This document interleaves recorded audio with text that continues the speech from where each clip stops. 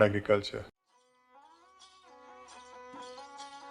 But within the last decade or so, some good news has emerged from this district.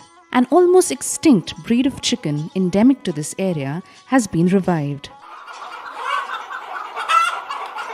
But the bird is known not just for its color. Culinary experts say that it tastes very little like the common broiler chicken that we find in the market and has a distinct taste similar to that of a partridge. Locals also believe that the fowl has aphrodisiac and other medicinal properties. यदि इसको हम काटते हैं उसका खून भी काला निकलता है, इसका जो फ्रेश मीट होता है वो काला होता है और बोन भी काली होती है। उसमें आयरन परसेंट ज़्यादा होता है, दूसरा कोलेस्ट्रॉल परसेंट काफ़ी कम होता है, फैट परसेंट बहुत कम होता है, तो इसकी कीमत बढ़ जाती है। और आयरन परसेंट ज़्यादा होने से ऐसा माना जाता है कि कई इस तरह की जो बीमारियाँ होती हैं उनमें भी यदि इसको ज़्यादा सेवन किया जाए तो लोगों को उससे काफ़ी फ़ायदा होता है। Because of these special qualities, the bird was high in demand but low in production, leading to a near wipeout of the breed. Kadaknath hens are not very broody, and the mortality rate of the hatched chicks is as high as 50%. However, the District Agriculture Extension Services in Jhabua have taken measures in the last few years to augment the Kadaknath population, and its initiatives have met with success.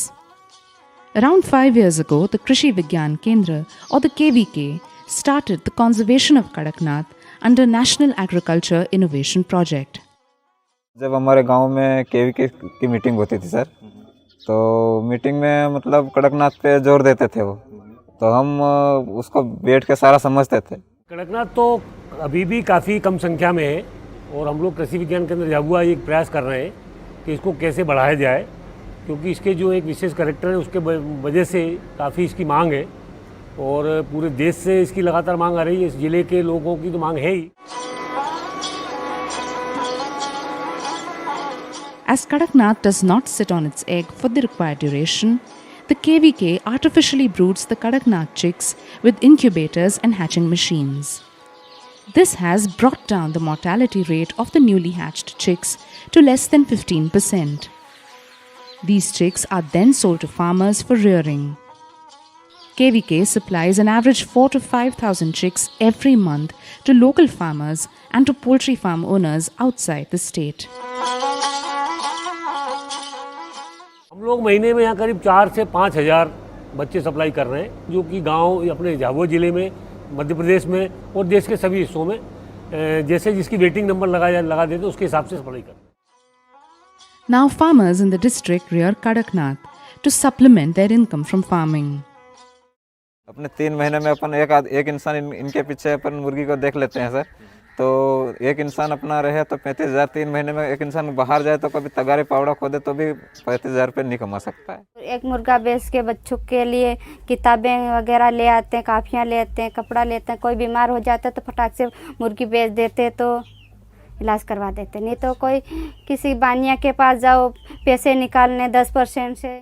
खेती में तो कोई आखिर कमाई कर रही पर आखिरी में सूखी जाए तो कोई कहीं नहीं मरे तो कहीं नहीं। मुर्गा में तो है कमाई। पिछले साल कितना कमाया था आपने? पिछले साल 1,80,000 का। बार में 100 बच्चे डालते हैं, तो 100 बच्चे में मिनिमम सर हम बेनिफिट हमारे को 35 से 40 ऊपर ही होता। मतलब एक साथ में बेचे तो भी 35,000 तो हम कमा लेते, और एक एक करके बेचे तो ज़्यादा भी कमा सकते हैं। मुर्गी पालन में पैसा लगता, लेकिन 20 मुर्गियाँ 10 मुर्गियाँ बच जाए तो भी उससे कमाई हो जाती। Civil society organizations are also training farmers to take care of these birds. Local people have also been trained to provide veterinary services to these birds.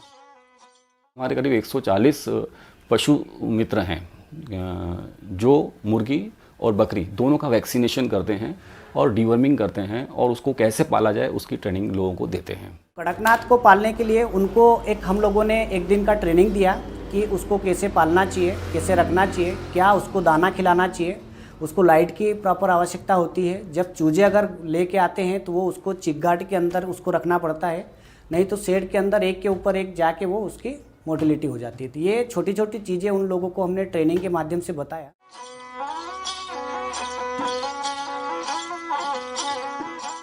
With experts warning of an increase in the frequency of droughts, the Kadaknath will cushion farmers from the losses of falling agriculture yields.